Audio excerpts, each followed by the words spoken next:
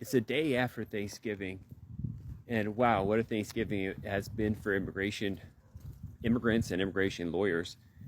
It's a sad situation, frankly. The shooting in DC is just a tragedy for the families of those involved, for all America. I hate to see stuff like this happen. It's horrible, obviously. And you know, the guy that came, they're making problems with vetting. You can always call into question what the situation is. People do change. I don't know much details about that. But the more important consequences in my role as an immigration attorney are for those who are going through the immigration process. And that's where we're seeing a huge snapback happening in the immigration system with the announcement that, first of all, Afghan nationals outside the country, they're not going to be able to come in for immigrant visas. They're already having a tough time, huge delays in Pakistan, huge administrative processing. But beyond that, they're looking at all the countries in the travel ban list.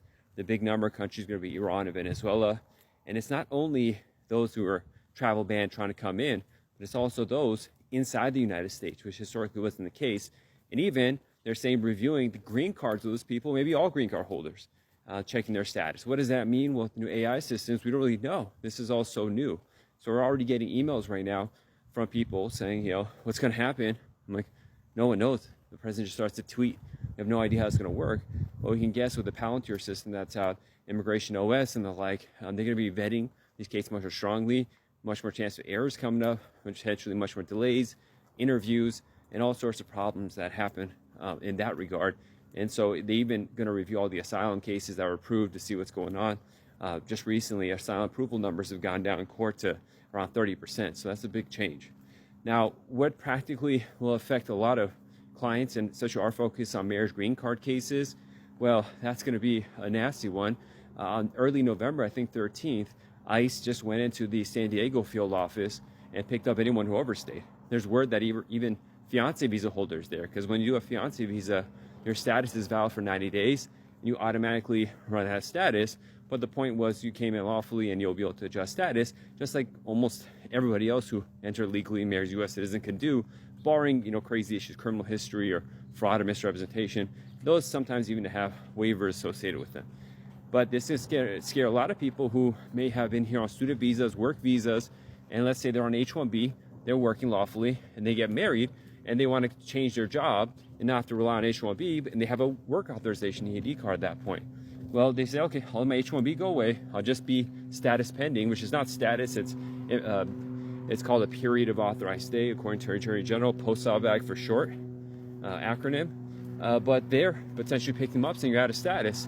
Even though, again, for all history of this process going, that's fine. Even now, even though that case happened in San Diego, and as an immigration attorney, I've been hearing sporadic change across the country, one-off situations where this has been happening.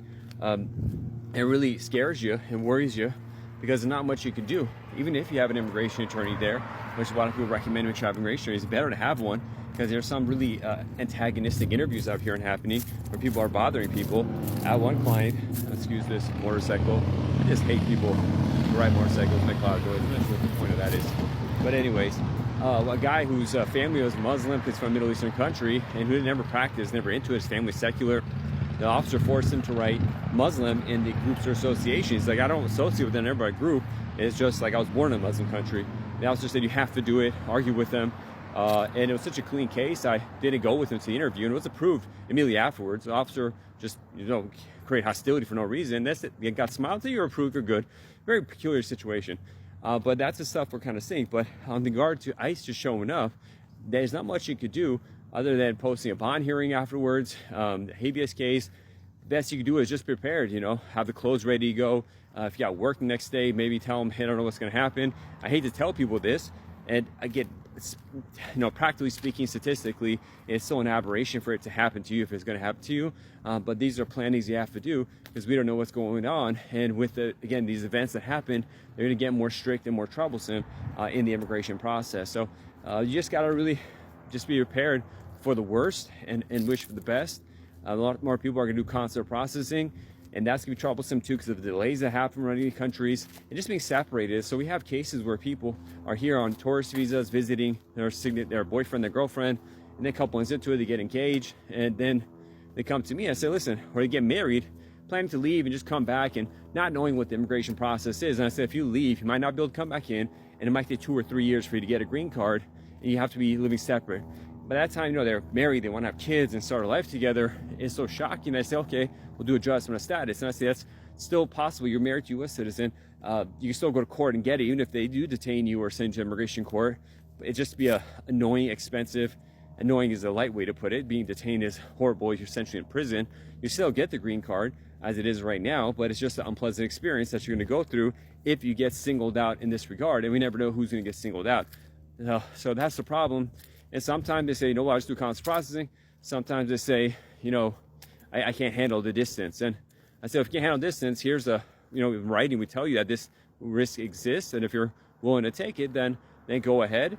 But other than that, you got to leave. And, the more you come and visit, the longer you come at the airport, they're going to trouble you and say, hi, how come you're coming so much? Are you working here? Are you planning to stay here? And they might not let you in the country. In the worst case scenario, give you expedited removal, which I don't think is going to happen to most people. But it's just every time you want to come in to see your loved one, your husband, your wife, you might have kids in the meantime, come and see. It just becomes such a hassle that people take the risk of adjusting status on tourist visa.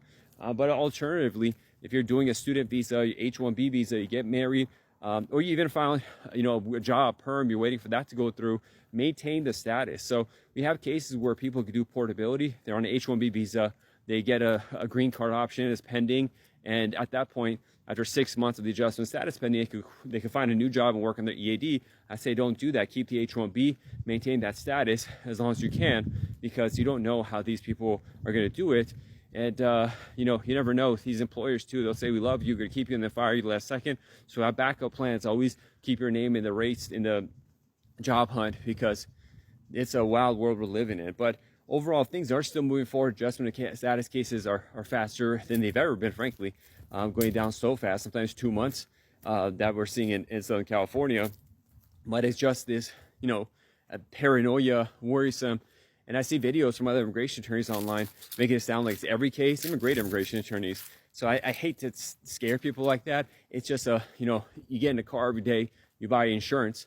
You plan on getting a car accident, but probably everyone's here has had a fender bender at least or something worse. So it does happen, but it's not expected.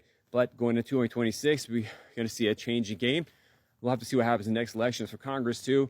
A lot of things they're trying to do, not a lot, but a chunk of them could be pushed back depending on Congress. But, it's never a way to go to rely on Congress to fix things out. So if you are going through the marriage immigration process, you got to really plan out. I have a guide at marriageimmigrationlaw.com, 70 plus pages, has a chart that breaks down how these different options work. But plan it out. If you're going to do it here, abroad, what you're going to do with your family, your kids, and which direction you're going to take life is things to plan about.